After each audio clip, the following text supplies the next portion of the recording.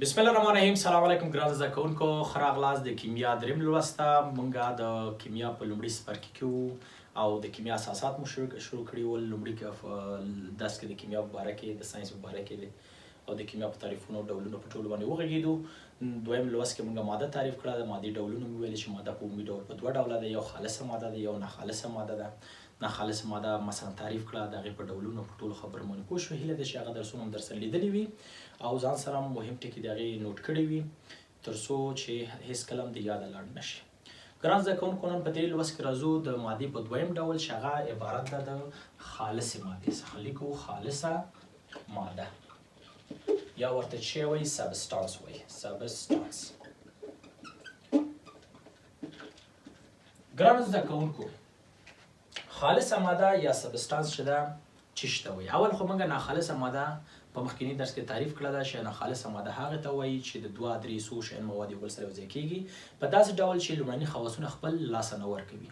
یعنې څو مواد یو بل سره یوځای کېږي، نه کوم خاص ترکیب لري او نه کوم کیمیاوي تعامل پکې صورت نیسي، بلکې مثلا خپل هغه لومړني خواصونه په ځان کې ساتي. لکه موږ چې بوره د اوبو سره یوځای کوو، موږ لکه نخود او کشمش یو بل سره ممیز یو بل سره یوځای کوو که نه، لکه مثلا مالګه چې په اوبو کې اچوو، نو نه مالګه خپل خواص له لاسه ورکوي او نه اوبه خپل خواص له لاسه ورکوي. صحیح ده؟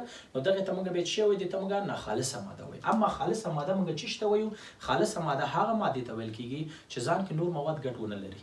یعنی نور مواد د پاکي، نور مواد د نور خواص پکې ونه لیدل شي، دوه درې رقم خواص پکې نه، یو رقم خواص پکې ولیدل شي.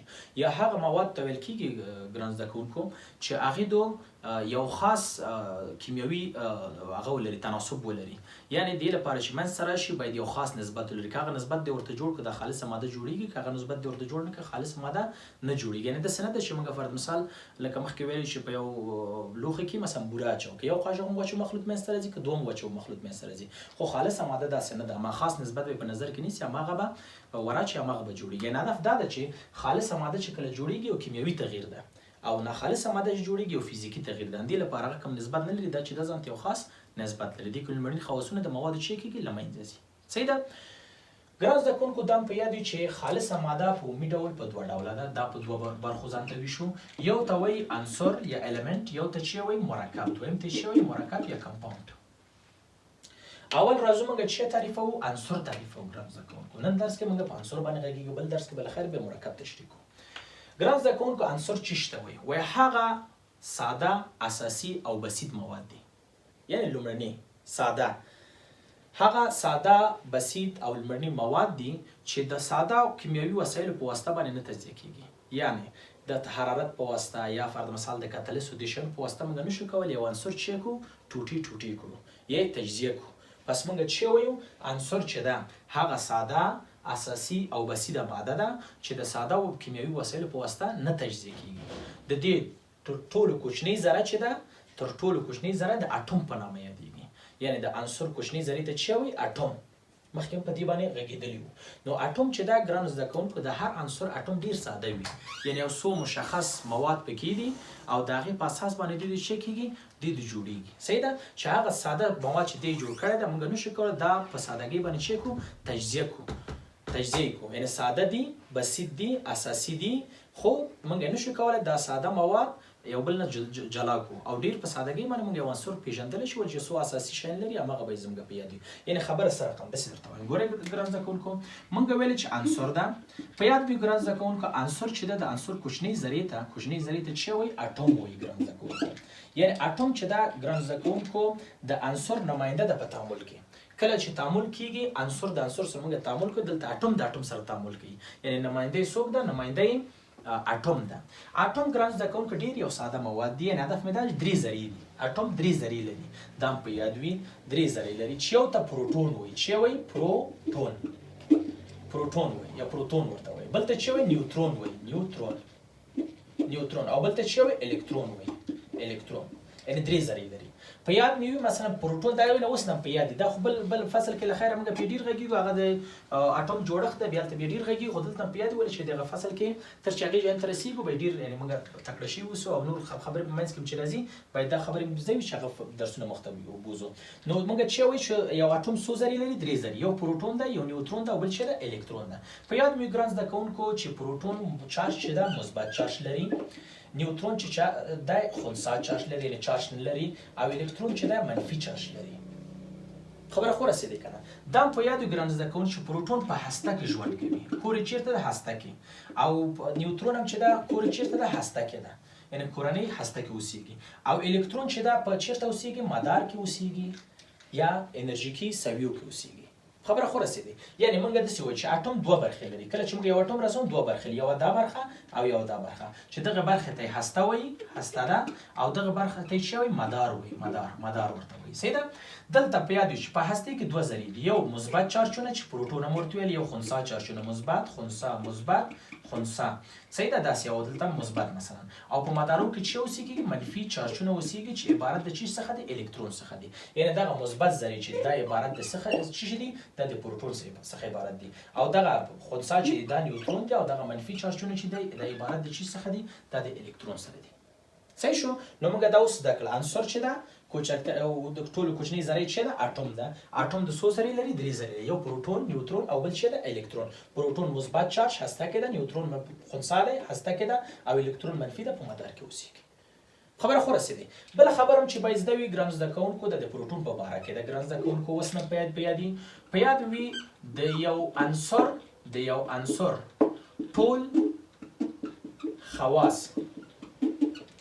پروټون پورې اړه لري. اندام بیخي یاد نه لنډ شي. موږ یو عنصر د چا د مخې نه ګران زده کوونکو پېژنو؟ د پروټون د مخې نه.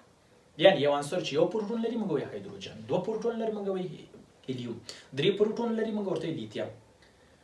صحیح ده؟ ولې چې تاسو جدول کې لیدلې د جدول ترتیب په اساس د پروټون ده. د یو عنصر کې اساس او بنیاد چې د پروټون، موږ یو عنصر د پروټون له مخې نه پېژنو، موږ د نیوترون له مخې نه پېژنو، موږ د الکترون د مخې نه پېژنو. موږ ته وایي 10 نیوترون لري موږ وایو دا څوک ده، 20 دانې الکترون لري موږ یې نه پېژنو. اما موږ ته کله وایي چې 20 دانې پروټون لري موږ ورته کلسیم ده. یعنې کله چې موږ وایو دلته لیکو چې هایدروجن ده، صحیح ده؟ هایدروجن موږ پوهیږو چې یو دانه پروټون لري. یا لیکو چې هیلیوم ده دا دوه پروټون لري. یا لیکو لیتیم ده دا درې پروټون لري. یا لیکو چې بریلیم ده دا څلور پروټونه لري. او همداسې نور هم ټول عناصر موږ د پروټون له مخې نه پېژنو، د سمبول له مخې نه هم پېژنو. یعنې کله موږ سمبول غلط کړو او پروټون هم صحیح کړو بیا موږ نوم جوړولی شو. مثلا د یو چا نوم مثلا وحید ده، وحید چې دا همیشه خپل هر عنصر لیکي په ډبلیو باندې لیکي. خوښېږي ان زه وایي ډبلیو لیکم، په زور یې لیکم، خو دلته څو ورکوي؟ دلته 20 ورکوي. نو زه پوهېږم چې دا عنصر څوک دا کلسیم ده او 20 پروټون لري. یعنې دا ډبلیو دې نه غلط شوی دی. ولې چې ما عنصر د چی نه وپېژندل؟ د پروټون له مخې نه وپېژندل. په ټول خواص د عنصر پروټون پورې اړه لري. موږ عنصر هغه وخت پېژندلی شو چې پروټون شمېر یې سره وي. یو او بله خبره دا په یاد وي چې الکترون وظیفه ښایسته ده. دا په یاد وي د الکترون وظیفه په کیمیاوي تعامل کې برخه اخلي.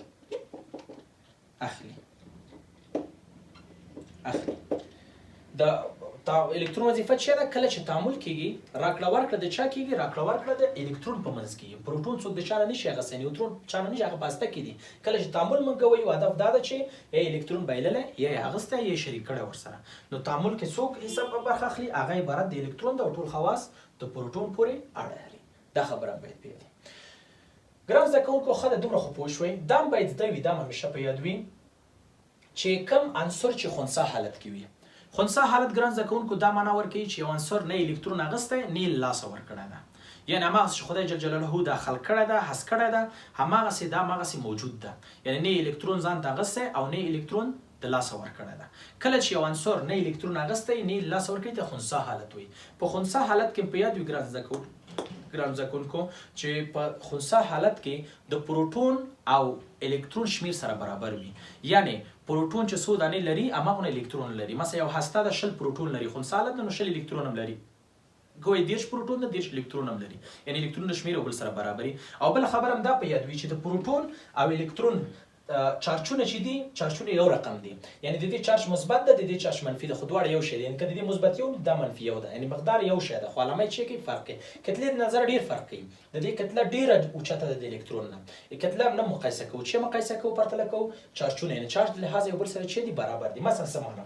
یو عنصر که مثلا x په نظر کې ونیسو او دلته موږ وایو لس صحیح ده دلته که لس ورکو او خنثی حالت ده خنثی حالت په دې معنی چې دا نه الکترون هغسې نه بایللی نو دا به داسې معنی وکړي د دې هسته که رسمه کړو هسته یې داسې رسمیږي دا لس پروټونه لري او په مدار کې لس دانې چې لري لس دانې الکترون لري ګران زده کوونکو صحیح ده اوس دا موږ سره هم لیکو دلته ګوره چارج د دې منفي ده او د دې چارج څه ده مثبت ده لیکو چې مثبت لس یعنی لس پروټونه او منفي لس الکترون لس د لسو نه چې لاړ ځواب څومره صفر نو دا اټوم د څه حالت کې ده خنثی حالت کې ده خبر باندې خو رسېدی که چیرې همدغه اټوم مثلا الکترون واخلي مثلا دا خو لس پروټون لري دا خو نه اخلي الکترون یې اخیستی ده مثلا 11 دانې چې شو الکترون یو دانې واخیسته اوس مثبت چارجونه مثبت څو دانې دي لس دانې دي او منفي چارجونه منفي 11 دانې ګوره چې منفي چارجونه لږ ډېر شوي منفي 11 نه چې لس لاړ شي منفي یو اوس چې کله منفي یو شي په دې معنی څه وایغسته یعنی کله چې موږ چارج منفي ده په دې معنی یو الکترون یې اخیستی دی بیا موږ لیکو چې دا x ده لس دلته ورته منفي یو لیکو یعنی یو دانې اخیستی ده هم یې داسې چارج لیکه شو هم چارج داسې لیکه شو چې یو لیکو داسې اصلا داسې ده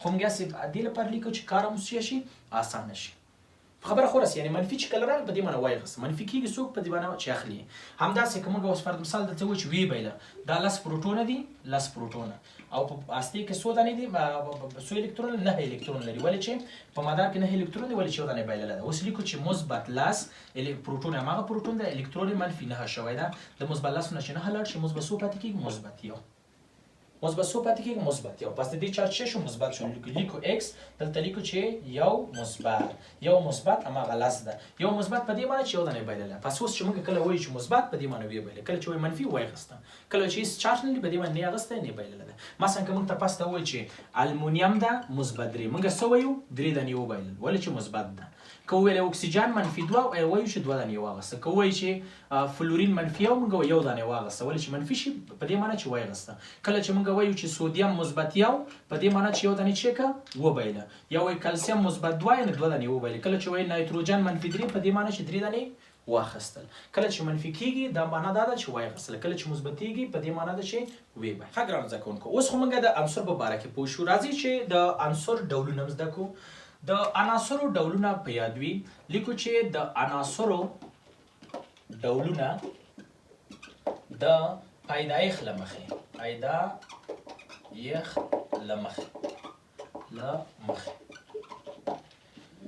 ګران زده کوونکو په یاد مو وي چې عناصر په طبیعت کې یا په نړۍ کې څو ډوله پیدا کېږي یعنې څو ډوله هدف مې دا ده چې مثلا سره موږ عناصر پیدا کوو مثلا زه وایم چې زه لاړ شي سودیم راوړه آیا یو دانه سودیم راوړی شي که نه شي راوړی یا لاړ شي یو دانه هایدروجن راوړه آیا هایدروجن یو دانې پیدا کېږي که څو دانې پیدا کېږي لکه موږ داسې وایو چې بازار ته که لاړ شو موږ وایو فرض مثال لاړ شي یو قلم راوړه که نه قلم یا مارکر راوړه تاسو تللی شي یو مارکر اخیستی شي یا تاسو ته یو موبایل راوځي درته موبایل درکوي که نه یا تاسو ته ویل کېږي چې فرض مثال لاړ شي یو پکه راوړئ یو دانه پیدا کېږي اما که تاسو ته وایي چې لاړ شي یو دانه جرابه راوړه یو دانه جرابه څوک نه درکوي یا یو دانه دستکش راوړه څوک دستکش نه درکوي یا څوک درته وایي لاړ شي یو دانه بوټ راوړه یو دانه بوټ څوک چاته نه ورکوي دوه دانې خرڅوي که نه نو داسې مو په یاد وي چې عناصر هم همدغسې دي بعض عناصر په طبیعت کې یو دانې پیدا کېږي بعض دوه دانې پیدا کېږي او بعضې صنایع څو دانې پیدا کېږي نو دا هم په یاد وي چې موږ عناصر په دریو برخو داسې ویشو یو چې وایو یو اټومي ورته وایي یو اټومي عناصر یا ورته چې وایي مونو اټومیک مون اټومیک عناصر هغه عناصر دي ګران زده کوونکي چې په طبیعت کې په نړۍ کې سره هم پیدا کېږي یو دانې پیدا کېږي زیاتره عناصر یو دانې پیدا کېږي لکه موږ څنګه وایو لکه سودیم وایو لکه کلسیم وایو لکه مګنیزیم وایو مثلا لکه سلفر وایو همدغسې ټکه ټکه نور عناصر هم چې ډېر زیات دي د ټول چې پیدا کېږي یو دانې پیدا کېږي ټول یادول موږ ته مهمه نه دي موږ ته دا مهمه دي چې طبیعت کې دوه دانې څو دانې پیدا کېږي هغه څو دانې چې زده کړو هغه هم چې په یاد وي بیا دا نور چا چې ویلې دې ته به چې وایو دې ته به یو دانې ووایو صحیح ده پس یو دانې عناصر دغه دي چې یو دانې پیدا کېږي دویم چې دي ګران زده کوونکو دوه اټومي دي لیکو دوه اټومي عناصر دوه اټومي یا ورته وایي دای اټومیک عناصر هغه عناصر دي ګران زده کوونکو چې دوی په طبیعت کې دوه دانې پیدا کېږي یعنې دا عناصر چې دي ډېر فعاله دي کله چې منځ ته راځي دوی چې دي ډېر فعاله دي دې ته نه ګوري چې مثلا بل سره څه وخت تعامل وکړي هغه که پیدا نه کړي خپل ځان سره تعامل کوي لکه څه رقم لکه فرض مثال ته موږ یو فلورین لرو فلورین په آخري مدار کې یو الکترون مثلا ضرورت لري یو الکترون باید واخلي همداسې بل فلورین مخامخ درېدلی ده باید دا هم یو دانه ضرورت لري ګوره بل اړخوا دخوا ګوري څوک نور نشته دا مخوا دخوا ګوري نور څوک نشته ده ښایي څنګه وکړو دا دومره فعاله دي چې نور یو بل سره بیخي تعامل کوي راځه ښایي ترجمه ته یو څوک پیدا کېږي راځه چې موږ یو بل سره تعامل وکړو یو بل سره دوه دانې پیدا شي چې زه هم پوره شم ته هم پوره شي ضرورت دې سره ونه لرو چې دا وخت چې موږ باندې چې ده سخته تېر شي نو دې یو بل سره یو ځای کېږي دلته چې کوي یو بل اکټیټ حالت ته رسوي سیده نو دغه عناصر چې دي د په طبیعت کې بیا دودني پیدا کیږي دې ته چې مالیکولي شکل وي یا ساده مالیکولي شکل ورته وي کنه ډیر فعال دي په طبیعت کې د لپاره دودني پیدا کیږي ډیر نه دي وداني دا باید موږ زده کړو یو ګران زده کوونکو چې دا یو چې دا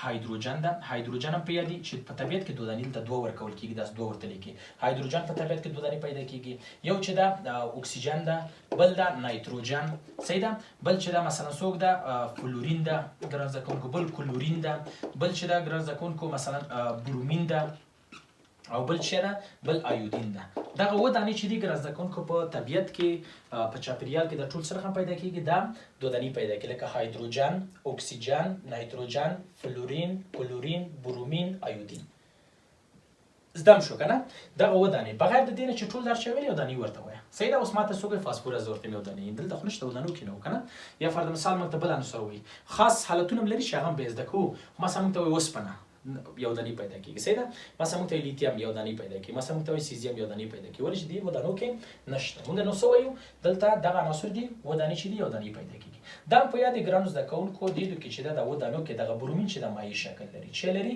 مایع شکل لري ایودین چې د جامد شکل لري یعنی جامد ډول باندې پیدا فزیکي حالت جامد ده او دغه 15 دانی چې د ټول غاز دي یا د غاز په شکل دی غاز په شکل پیدا کیږي خبره خو پوه شو که ان شاء الله او بعضی عناصر دي ګرانو زده کوونکو چې هغه چې دي سو اټومي دي سو اټومي چې بعضی عناصر دي دومره مهم هم نه دي یعنی پولی اټومیک ورته وایي پولی اټومیک ورته وایو یعنی ډیر کم دي داسې معنا ورکوي لکه بعض دکانداران بعض شیان سودني خرڅوي مثلا دریشي که اخلي درته وایي کرتې به یې اخلي واسکټ به یې اخلي خاک به یې اخلي پتلون به یې کمربند بوټان ټول شیان به یې اخلي سیده خود موږ په نړۍ کې زیاتره د مثلا د پتلون د شان سره دریشي شان سره کار نه لري ودانې او دودني سره هغه شان سره ډیر کار ده مثلا بوټان او د شان ډیر خو هغه شان زده کو چې دودني سودني دي مثلا سودني سوده ډیر نه دي یو چې د ګناز د کوونکو په یاد می مثلا فاسفورس د سپین فاسفورس ورته وایي سلوردني پیدا کیږي یو سلفر د ګناز د کوونکو اتداني پیدا کیږي یو سیلینیم ورته وایي اتداني پیدا کیږي یو اوزون غاز د شدریدني پیدا کیږي انداز نور عناصر به چې سودني پیدا کیږي خو دودني دی یاده لړنش صحیح شو بل خبره چې دا دام په یاد وی چې د عناصرو ډولونه د خواص لمخې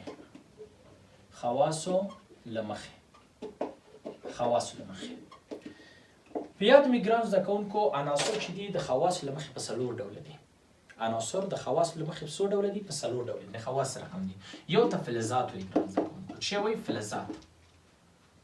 فلزات ګران زده کوونکو کوم عناصر ته وایي فلزات ګران زده کوونکو هغه عناصر ته ویل کیږي چې هغې د الکترون بایلي هغه عناصر چې په کیمیاوي تعامل کې الکترون وبایلي هغې ته فلز وایي یا موږ مخکې ویل چې څوک بایلي چارج مثبت وي نو هغه عناصر چې په کیمیاوي تعامل کې مثبت چارج ځان ته غوره کوي هغې ته چې وایي فلزات هغه عناصر دي چې په کیمیاوي تعامل کې الکترون بایلي یا مثبت چارج اخلي کیمیاوي تعریف فزیکی تعریف سره هم کیږي موږ وایي هغه عناصر چې د سټک خوړلو قابلیت لري سټک پیوهو ورقیږي نازکه کیدای شي انداس مثلا برق ځان تیروي شي حرارت ځان تیروي شي جلا ولري نو دې ته به چی وي دې ته فلز وي لکه چا غوندې لکه سودیم لکه چا غوندې کلسیم لکه المونیم لکه فرض مثال چې لکه سیزیم همداسې نور ډیر زیات عناصر چې په جدول کې دغه ټول فلزات دي صحیح ده دویم چې دی هغه چې ده غیر فلزات دي غیر فلزات یا نه فلزات چې ورته وایي غیر فلزات ګران زده کوونکو چې شته وي غیر فلزات هغه عناصر دي چې هغې د په تعامل کې الکترون اخلي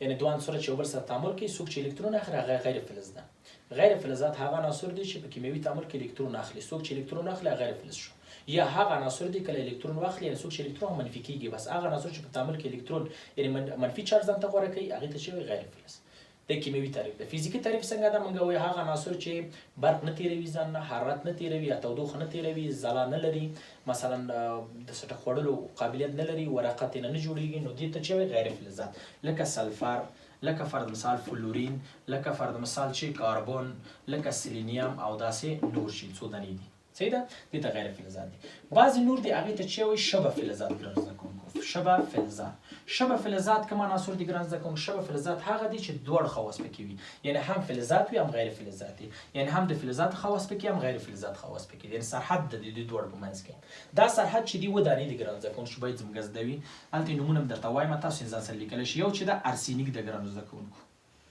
یو چې ده ارسینیک ده یو بل چې ده هغه بروم ده بل چې ده سیلیکان ده بل چې ده ګران زده کوونکو جرمینیم ده بل چې د ګران زده کوونکو انتموني ده اس بي ورته وایي، بل چې د ګران زده کوونکو تلوریم ده، بل چې د پولیشیم ده. دغسې ودانې دي. دغه ودانې چې دي شبه فلزات دي. دا باید موږ زده وي چې شبه فلزات څوک دي.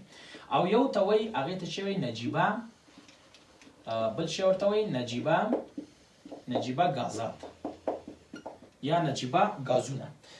نجیبه غازات یا نجیبه غازونه هغه عناصر دي ګران زده کوونکو چې لومړي وخت کې پیدا شول، چا سره کار نه و، تعاملات ډېر نه کول، اخري معیارونه پوره ول، نو دې لپاره نوم پې کېښود نجیب خلک، نجیب عناصر، یعنې هغه عناصر چې چا سره غرض نه کوي. خو پس چې وخت تېر شو دې هم لږ شوخ شول، یعنې باندې راووتل، جنګونه شنې شروع کړل، خو نومونه یې هماغه نجیب چې پاتې شو، چا ویل چا سره دې جنګ کړی و، هغه نجیب خلکو سره جنګ کړی ده که نه. نو دې لپاره د نجیبه خلک چې دي څو دانې دي؟ 6 دانې دي. یو هیلیوم ده په یاد هم وي، هیلیوم نجیبه غاز ده. یو چې ده نیون ده، بل ارګون ده په یاد هم وي، ارګون ده، کرپتون ده، زینون ده، او بل چې ده رادون ده. دغه دي 7 دانې دي. نومونه بیا اخلم، د هیلیوم، نیون، ارګون، کرپتون، زینون او رادون. دغه 6 دانې چې دي دا باید موږ میخانیک وي او دوی د چې دي نجیبه غازونه دي. صحیح ده ګران زده کوونکو، دا باید پکې زده وي. دا وایي عناصر باره کې لږ معلومات، لږ نور به معلومات ورکړي او څو ټکي به نور هم ووایو ګران زده کوونکو. دا هم په یاد وي ګران زده کوونکو څو خبرې چې په جدول کې یا په طبیعت کې ډېری عناصر چې دي فلزات دي. یعنې فلزات په طبیعت کې تر ټولو زیات پیدا کېږي. خبره خو رسېدې که نه؟ په طبیعت کې تر ټولو زیات عناصر کوم دي؟ فلزات. تر 80% پورې په جدول کې ټول فلزات دي. 20% یې څوک جوړوي؟ غیر فلزات جوړوي. 20% غیر فلزات، یو 18 عنصر دي دی جوړوي. صحیح ده؟ دا هم په یاد وي. او بله خبره هم دا په یاد وي چې په غیر فلزاتو کې برومین څه ده؟ مایع ده. برومین مایع، یعنې مایع خلک څوک دي؟ یو مایع برومین ده، او یو بل عنصر هم لرو سیماب چې فلزاتو کې ده، سیماب ورته وایي. دا دواړه چې دي مایع دي. دا په یاد، یعنې برومین سره خمالت لري موږ وایو مایع، سیماب سره خمالت لري موږ ورته مایع. دا دواړه د مایع ډول باندې شکل باندې پیدا کېږي. بله دا خبره هم په یاد مثلا وړې خبرې دي د کاڼي کرښې دي په یاد دي. او بله خبره دا د ګران زده کوونکو په یاد چې په نړۍ کې یا په ټول جهان کې تر ټولو زیات عنصر چې پیدا کیږي هغه هایدروجن ده. هایدروجن په نړۍ کې تر ټولو زیات عنصر پیدا کیږي. هایدروجن هم په یاد وي. په دا کانکور سوال هم په ټول نړۍ کې هایدروجن تر ټولو زیات پیدا کیږي. او د ځمکې په قشر کې، د ځمکې پر مخ چې تر ټولو زیات پیدا کیږي هغه څوک ده؟ اکسیجن. دویم نفر چې دې پسې بیا زیات پیدا کیږي هغه سلیکان ده. دریم نفر چې دې پسې پیدا کیږي هغه المونیم ده. د ځمکې په مخ اول اکسیجن ده په اول ګریډ کې، دویم مقام سلیکان لري، دریم مقام څوک لري؟ المونیم لري. دا په یاد وي. صحیح ده؟ بعضې عناصر دي ګران زده کوونکو چې د مایع په شکل دي، چې هغې کې ما د 2 نفر درته نوم واخیستې، یو د برومین یو سیماب. خو بعضې عناصر نور دي جامد دي، خو په خاص حالتو کې چې ګرځي؟ مایع ګرځي. چې دا خاص حالتونه مثلا زده وي. مثلا داسې زده کوي. اول خو مثلا په یاد وي چې په 0 درجه کې په 0 درجه کې یعنې په هر حالت کې برومین چې او سیماب چې مایع وي. 0 درجه کې دې دواړه مایع. بعضې عناصر دي ګران زده کوونکو چې کله کوټه کې یا په اتاق کې کېښودل شي، چې د اتاق ستاندرد درجه څو ده؟ 25 درجې ده که نه؟ کله چې په دې کې کېښودل شي دې څه کېږي؟ دې مایع کېږي. یعنې نور 10 کې 5 کې دې جامد وي، خو 25 کې څه کېږي؟ دې کې نه مایع جوړېږي. برومین خو اول نه دلته مایع و، سیماب هم اول نه دلته مایع و. صحیح ده؟ نو څوک دلته یو عنصر د فرانسیم په نوم، فرانسیم چې ده مثلا دغسې جامد وي، کله چې کوټه کې راوړي کوټه کې د ګوري چې مایع کېږي 25 درجه کې، خاص یعنې دغه درجه کې دي نه جګه می مایع کېږي. بعضې عناصر دي چې ګران زده کوونکو چې په 30 درجو کې 30 درجې ګران زده کوونکو د بدن تودوخه ده. د انسان د بدن تودوخه څو ده؟ 30 درجې ده. یعنې د انسان په ورغوي کې، یعنې په لاس کې چې په لاس کې ونیسي کې مایع کېږي. یعنې باندې هلته کېښودل شوې ده چې ده جامد ده. کله چې په لاس کې اوس د کلک ونیسي د چې کې مایع کېږي. چې هغې کې مثلا سیماب برومین خو اول نه مایع و، فرانسیم خو دې حالت کې بیا ځه مایع ول چې هغه په کوټه کې مایع شوی ده. دلته څوک ده؟ موږ یو عنصر لرو د ګالیم په نوم. د څه شي په نوم؟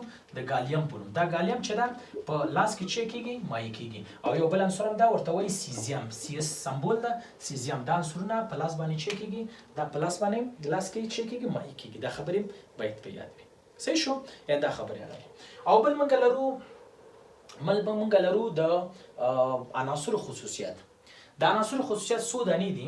تاسو کولی شئ چې زه درته یادوم او تاسو یې ځان سره لیکئ. صحیح ده؟ یعنې تختې کې ضرور نه چې درته دانه ولیکم، تاسو یې ځان سره لیکئ. دغسې طرز لګوم لږ ثبت ده، کولی شئ ویډیو بیا شاته راوړئ. صحیح ده؟ څو خبرې دي ګران زده کوونکو. اوله خبره هم خصوصیات کې دا خبره په یاد وي د عناصرو. چې اوله خبره هم دا په یاد وي چې ټول خواص د یو عنصر چیش پورې لري؟ پروټون پورې لري. اړه لري. ټول خواص د یو عنصر د هغې پروټون پورې اړه لري چې مخکې مې ویلې صحیح ده. دا یوه خبره هم په یاد وي. دویمه خبره هم چې په عنصرونو کې په یاد وي، عناصر چې دي په ساده کیمیاوي وسایلو باندې په واسطه نه تجزیه کېږي، یعنې د حرارت او کتلس او نور دي شیان په واسطه موږ دا نشو تجزیه کولی، یعنې تجزیې وړ نه دي ساده وسایل په واسطه باندې.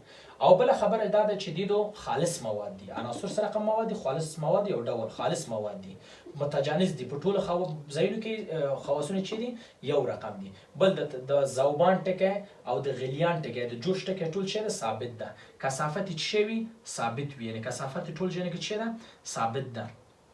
او بله خبره هم چې تاسو باید دلته زده وي د عناصر په باره کې ګرانو زده کوونکو، چې فزیکي د یو عنصر فزیکي خواصونه ټول ځایونو کې څه فرق کوي، اما کیمیاوي خواصونه ټول شی یو رقم دي. یعنې اوسپنه په هر ځای کې یو رقم اوسپنه ده، ولې چې د هغې د پروټون شمېر شپږ دانې ده، خو فزیکي خواص بیا فرق کوي. مثلا موږ که څو عنصره مثلا ټیم مثلا سیخ ګول یا فرضاً چادر دا په نظر کې ونیسو، ټول فزیکي خواص فرق کوي، کیمیاوي خواصونه یو دي، ولې چې د اوسپنې فورمول هماغه شپږ پروټونه ده. شپږ پروټونه ټول لري، همدې لپاره کیمیاوي خواص یو رقم، فزیکي خواص څه کوي؟ فرق کوي. او بله خبره هم دا په یاد وي، آخره خبره هم دا وي په یاد وي چې اټومونه چې کله ګرانو زده کوونکو جوړیږي د یو انرژي په واسطه جوړیږي، چې هغې انرژي ته څه وایي؟ د هستې د تحکیم انرژي یا بینډینګ انرژي ورته وایي، د دې په واسطه جوړیږي. یعنې هدف دا ده، تاسو پوهېږئ چې پروټون مثبت چارج لري، صحیح ده، بل پروټون هم مثبت چارج لري، دوی د یو بل دفع کوي. مثبت چارج علامات چارجونه یو بل څه کوي؟ دفع کوي. اما تاسو متوجه یاستئ چې هستې کې مثبت چارجونه دي، اما یو بل نه تښتي، یو بل نه ټیله کوي. علت دا ده چې ډېره یو بله قوي انرژي راغلې ده، قوه راغلې ده، او دې د یو بل سره څه کړي؟ ډېر کلک نیولي دي. نو دغه قوې ته څه وایي؟ بینډینګ انرژي. نو دې د څه په واسطه جوړ شوي؟ بینډینګ انرژي په واسطه جوړ شوي. کله چې دغه هسته انشقاق کوي یا ماتیږي، نو دغه انرژي هم ازادیږي. دې لپاره کله چې هسته تخریبیږي د هغې انرژي ډېره زیاته وي، لکه اټومي بم چې یو چېرته استعمال شي نو ډېر زیات تخریب منځته راوړي. علت دا ده چې هغه انرژي چې هسته یې منځته راوړي د هغه انرژي ازادیږي او هماغه تخریبونه منځته راوړي. صحیح ده. دغه ګران زده کوونکو د عنصرونو په باره کې معلومات هیله ده چې دا ټول ځان سره لیکلي وي، او که پې نه وي پوه شي بیا در سره ویډیو وګورئ، کتابونه در سره وګورئ، مطالعې کې در سره همیشه در سره وایي، تر څو چې بل درس در سره درته راځي. انشاءالله درسونه زر اپلوډومه، در سره ووایئ او نور ملګرو ته هم ورسوئ چې دا درسونه ټولو ته عام شي. ټول افغانستان هم همدغسې ستاسو ټول ساینسي مضامین که مکتب کې مثلا زموږ خورګانې دوس مکتب ته نه ځي، دا درسونه ځان سره وګوري، کوی شي دا ټول مضامین دا 7 مضمونه چې موږ شروع کړي دي دا ټول در سره څه کوي؟ ورته ورسوئ، تر څو دا درسونه هغې ته ورسېږي او ټول باسواده اوسي. صحیح ده. نو دا و زموږ نننی درس. هیله ده چې دا درس مو زده کړی وي او یو څه ترې لیکلي وي، هغه در سره تکرار کړئ، خپل کتابونه در سره واخلئ.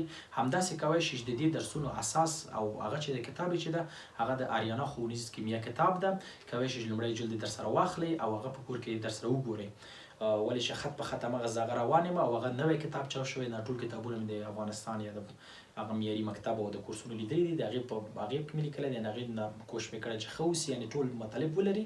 نو ښه ده هغه در سره یوسي، هغه خط په خط ګورئ، د ویډیوګانو در سره ګورئ، نو انشاءالله ټول درسونه به هم در سره زده وي. نو ښه وخت ولرئ. په مخه.